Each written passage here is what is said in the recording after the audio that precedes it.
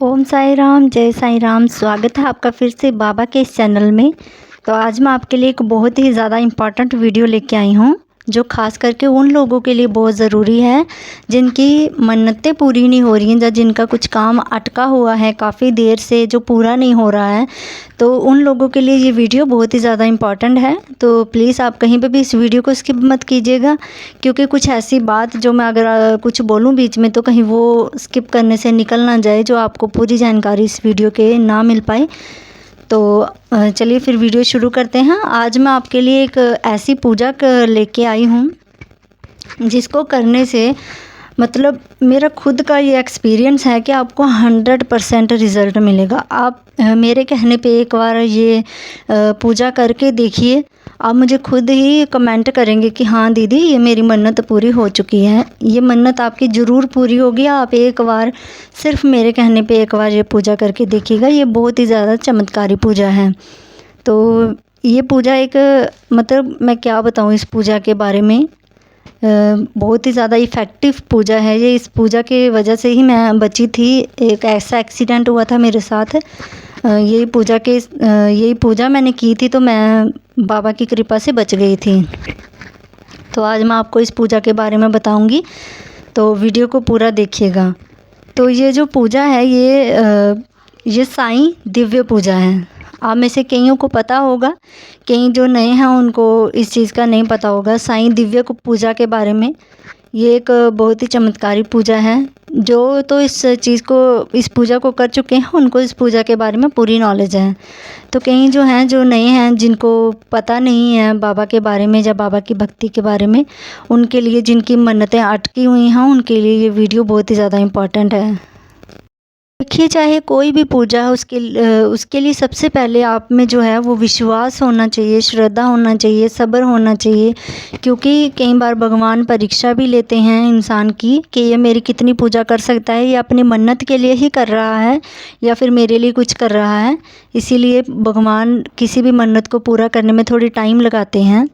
तो अगर भगवान टाइम लगाते हैं तो आप ये मत सोचो कि भगवान हमारी बात नहीं सुन रहे हैं या हमारी मन्नतें पूरी नहीं कर रहे हैं। आप अपने विश्वास को, अपनी श्रद्धा को कभी कम मत होने दीजिएगा। यही परीक्षा होती है जो भगवान हमसे लेते हैं कि ये कितना सब्र रख सकता है, मेरे से कितना प्यार करता है। तो जब भी आप साईं दिव्य पूजा शुरू करें, तो सबसे पहले आपको अपना मन पक्का करना है कि हाँ, ये मेरी मन्नत बाबा ज़रूर पूरी करेंगे। जब आप मन पक्का करके बैठेंगे ना, तो आपकी मन्नत कोई भी होगी, कठिन से कठिन होगी, जिसका आपको कोई विश्वास भी नहीं होगा पूरी होगी या नहीं होगी, वो भी आपकी मन्नत पूरी हो जाएगी। बस आपका मन पक्का होना चाहिए, आपका विश्वास पक्का होना चाहिए, और आपके जो भाव हैं ना वो सच्चे होने चाहिए। मतलब जो आप पूजा कर रहे हैं ना, वो सच्ची होनी चाहिए। वो किसी को हानि देने वाली पूजा नहीं होनी चाहिए। जो भी आपको पूजा करनी है वो अच्छे के लिए ही करनी है। हाँ, आप किसी के अच्छे के लिए कर सकते हैं, अगर आपकी कोई मन्नत है उसके लिए। लेकिन ये नहीं कि आप किसी को गिराने के लिए कि हाँ बाबा, मैं पूजा कर रहा हूँ, इसका बुरा हो जाए, ये हो जाए, तो वैसे में भगवान आपकी नहीं सुनेंगे, वैसे में आपकी मन्नत पूरी नहीं होगी। आपके भाव सच्चे होने चाहिए। भाव सच्चे होंगे तो आप कोई भी पूजा करेंगे वो ज़रूर ही सफल होगी। श्रद्धा, विश्वास और भाव सबसे ज़्यादा महत्वपूर्ण है हर एक पूजा में। और दूसरी बात मैं आपको बता दूं, आप कोई भी पूजा करें या व्रत करते हैं, कुछ भी करते हैं, तो उसमें सबसे पहले आपको संकल्प लेना होता है। देखिए, संकल्प के बिना कोई भी पूजा जो है ना, वो हमारी अधूरी मानी जाती है। तो ये भी मैं आपको बाद में एक वीडियो बनाऊंगी जिसमें आपको बता दूंगी कि संकल्प कैसे लिया जाता है और संकल्प क्यों लिया जाता है। संकल्प हमारा किसी भी पूजा में लेना बहुत ज़्यादा ज़रूरी है। माना जाता है कि अगर हम किसी भी पूजा में संकल्प नहीं लेते हैं तो उसका जो आधा फल है वो इंद्रदेव ले जाते हैं। तो अगर आपको किसी भी पूजा का या किसी भी व्रत का पूरा फल चाहिए, तो आपको संकल्प लेना ही पड़ेगा। मैं भी पहले इस चीज़ को नहीं मानती थी। मैं भी यही सोचती थी कि हाँ, संकल्प लेने से कुछ नहीं होता है, संकल्प वगैरह ऐसे ही होता है। लेकिन जितनी भी मैंने पूजा संकल्प के बिना की है ना, आप यकीन मानोगे, उसमें से किसी का भी जो है मेरी पूरी तरह से मन्नत नहीं पूरी हुई है। और जो भी पूजा मैंने संकल्प लेके की है, जब व्रत किए हैं, कुछ भी किए हैं, तो उसका मुझे रिज़ल्ट मिला है। 100% रिज़ल्ट मुझे मिला है उसका। तो चलिए फिर हम अपने टॉपिक पे आते हैं, साईं दिव्य पूजा कैसे की जाती है। तो साईं दिव्य पूजा के लिए आपको ये बुक लेनी पड़ती है। ये है श्री साईं दिव्य पूजा की बुक, जो मार्केट से तो वैसे मिल ही जाती है। अगर आपको मार्केट से ना मिले तो आप इसको ऑनलाइन भी मंगवा सकते हैं, ऑनलाइन भी आसानी से मिल जाती हैं। तो ये जो साईं दिव्य पूजा है ये आपको रखना है, जैसे अमावस्या हो उसके बाद में जो पहला गुरुवार आएगा उस दिन ही आपको ये रखना है। साईं दिव्य पूजा, कोई भी पूजा है या कोई भी व्रत है, आप अमावस्या के जो बाद में गुरुवार आए उसी दिन उठाइएगा, क्योंकि वो दिन जो है ना वो शुभ माने जाते हैं, वो अच्छे दिन माने जाते हैं। तो कोई भी आपको काम करना हो जो पूजा पाठ का कुछ भी, तो आप उसी टाइम पे ही उठाइएगा ये। तो आपको साईं दिव्य पूजा ही उसी टाइम पे उठानी है। तो चलिए मैं आपको बताती हूँ कि ये पूजा कैसे की जाती है। तो उसके लिए जो है आपको कुछ पहले तैयारी करनी पड़ेगी पूजा के लिए, जो आपको सबसे पहले आप करके रखेंगे तो आपको पूजा करने में आसानी हो जाएगी, जो बुक में लिखी हुई है। तो उसके लिए सबसे पहले आपको क्या करना है, पीले गेंदे के फूल मंगवा के रखने हैं। तो आप में से कईयों को तो पता होगा पीला गेंदा कौन सा होता है। अगर आपको नहीं भी पता है तो वीडियो के एंड में मैं आपको बता दूंगी कि पीला गेंदे का फूल कौन सा होता है। तो आपको क्या करना है, पीले गेंदे के फूल मंगवा के रखने हैं घर में पहले, वो आप पहले ही मंगवा लीजिएगा। उसके बाद आपको क्या करना है, एक मार्केट से एक कपड़ा लाना है, रुमाल, पूरा वाइट कलर का, मतलब पूरा क्लियर वाइट कलर का लाना है। उसमें कोई भी फूल वगैरह या कुछ भी ना छिपा हुआ हो, पूरा वाइट कलर का वाइट कलर का रुमाल आपको लाना है। तो घर में लाके आपने क्या करना है, थोड़ी चुटकी भर सी हल्दी लेनी है, पीली हल्दी, कच्ची हल्दी जो है आपको वो लेनी है। उसको आपको पानी में घोल लेना है। पानी में घोल के फिर आपको क्या करना है, उस रुमाल को उसमें डिप करके, मतलब अच्छे से उसको बीच में मिक्स करके अच्छे से रुमाल को हल्दी चढ़ा के फिर आपको क्या करना है, उसको सुखा लेना है। तो सुखाने के लिए आप उसको धूप में मत रखिएगा, आपको छाया में ही रुमाल सुखाना है। तो आप ये पूजा के 2-3 घंटे पहले ही कर लीजिएगा। तो छाया में आपको रुमाल सुखाना है, जहाँ पंखे के नीचे ही रख के सुखाना है, धूप में रुमाल को मत सुखाइएगा। तो उसके बाद आपको क्या करना है, खिचड़ी, थोड़ी सी खिचड़ी, उसमें आप थोड़े से चावल, थोड़े से पीली दाल जो होती है आपको वो डाल के, थोड़ी सी, मतलब प्रसाद के तौर पे, खिचड़ी पीछे बचनी नहीं चाहिए। थोड़ी सी ही खिचड़ी आपको, जितने आपके प्रसाद में चढ़ जाए उतनी सी खिचड़ी आपको बना के रख लेनी है पास में। फिर आपको क्या करना है, बाबा की अगर आपके पास मूर्ति है या स्वरूप है, आपको सबसे पहले बाबा के लिए एक आसन लगाना है। आसन जो है ना वो ज़मीन से ऊंचा लगाना है आपको, मतलब चाहे थोड़ा सा ही ऊंचा लगाओ लेकिन ज़मीन से थोड़ा ऊंचा लगाना है आपको आसन बाबा का। थोड़ा सा ऊंचा रख के उसके ऊपर पीला कपड़ा, साफ़ कपड़ा बिछा के, तो उसके ऊपर बाबा का, अगर आपके पास बाबा को कोई स्वरूप है तो उसको स्नान वगैरह करवा के तो आपको उस पर रखना है, आसन पे रख के फिर आपको चंदन का तिलक बाबा को लगाना है। अगर आपके पास स्वरूप नहीं भी है तो कोई बात नहीं, आप बाबा की कोई भी फ़ोटो ले सकते हैं। फ़ोटो को स्वच्छ कपड़े से साफ़ करके तो आपको वो उसके ऊपर रख लेनी है, फ़ोटो या कुछ भी। उसके बाद आपको क्या करना है, 2 दीपक लेने हैं। दीपक आपको 2 ही लेने हैं, क्योंकि एक दीपक जो है वो आपको आरती उतारने के लिए रखा जाएगा, दूसरा जो है वो आपको अपनी मन्नत के लिए जलाना है। जो आपकी मन्नत होगी वो बोल के आपको जलाना है। दीपक आपको 2 रखने हैं। उसके बाद हमने क्या करना है, अगर सारी तैयारी आपकी हो गई, हाँ, पहले पंखुड़ियाँ आपको जो है ना वो पीले गेंदे के फूल की एक एक पंखुड़ी, 108 पंखुड़ियाँ गिन के, अगर आप गिन नहीं सकते हैं तो ऐसे इकट्ठी रख लीजिएगा बहुत सारे, और फूल भी थोड़े से साथ में रख लीजिएगा। अगर कम पड़ जाएं तो आप उसमें से तोड़ के ले सकते हैं पत्तियाँ। तो एक एक पत्ती उसकी अलग अलग करके रखनी है गेंदे के फूल की। तो फिर ये सामान जो आपका पहले तैयार हो जाए, उसके बाद आपको क्या करना है कि वो जो भीगा, जो आपने हल्दी में डुबा के कपड़ा सुखाया हुआ है उसको आपको इस हाथ में ले लेना है, मतलब ऐसे पूरा बिछा के हाथ में, एक हाथ में कपड़ा बिछा के उसके ऊपर जितनी आपके पास समर्थता हो उस अनुसार, चाहे 21 है, 11 है, 1 रुपया है, अगर आपके पास 1 रुपये का सिक्का है तो भी चलेगा, आपको उसके ऊपर रखना है। उसके ऊपर रख के फिर आपको अपनी मन्नत बोलते हुए, जो भी आपकी मन्नत है तो वो बोलते हुए आपको उसको गांठ लगा लेनी है। मतलब चाहे आप एक गांठ लगाएं चाहे आप 3 गांठ लगाएं, लेकिन आपको जितनी भी गांठें लगानी है आपको मन्नत बोलते हुए लगानी है। मन्नत बोल के फिर गांठ लगानी है।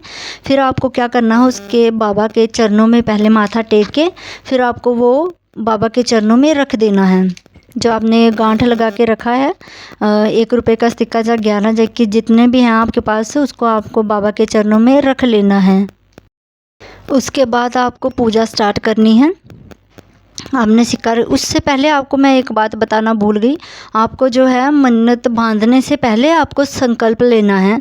तो ये भी वीडियो मैं बनाऊंगी बहुत ही जल्द। मैं इस पे भी वीडियो बनाऊंगी कि संकल्प क्यों लिया जाता है और संकल्प किस लिए लिया जाता है, वो मैंने आपको पहले ही बता दिया है। तो इस पर भी मैं एक वीडियो बनाऊँगी। तो उसके बाद आपको क्या करना है, जब आप सिक्का रख देंगे तो उसके बाद आपको शुरू करनी है साईं दिव्य पूजा। तो उसके लिए आपको ये जो है श्री साईं अष्टोत्तर शतनामावली, इसका जो एक एक लिखा हुआ है नाम, 108 नाम है, इसको बोलते हुए आपको एक एक पंखुड़ियाँ, जैसे इसमें लिखा हुआ है श्री साईनाथाय नमः, आपको एक पंखुड़ी लेनी है। पंखुड़ी लेके फिर आपको बोलना है ओम श्री साईनाथाय नमः। नमः जब आप बोलेंगे तब ये पंखुड़ी जो है आपको बाबा के चरणों में छोड़ देनी है।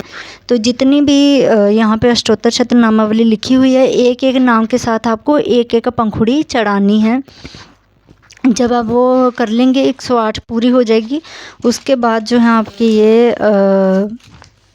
ये अध्याय आएंगे, आपके जो 6 अध्याय हैं जो आपको पढ़ने हैं। एक बात याद रखिएगा कि ये जो अष्टोत्तर शतनामावली है ये आपको ज़रूर ही पढ़नी है, क्योंकि इसके सिवा ये पूजा नहीं मानी जाएगी।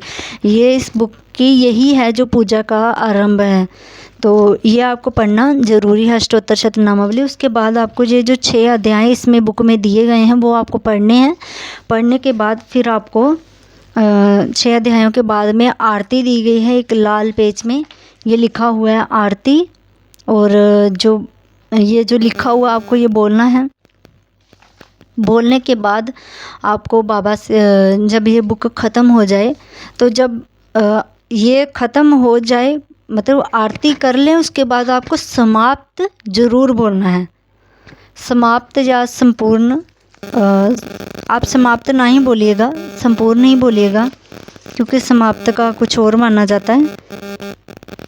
चलिए आप समाप्ति बोल दीजिएगा या संपूर्ण, दोनों में से आप कुछ भी बोल दीजिएगा। तो आपको ये पूजा के एंड में ज़रूर ही बोलना है, समाप्त या संपूर्ण बोलना है।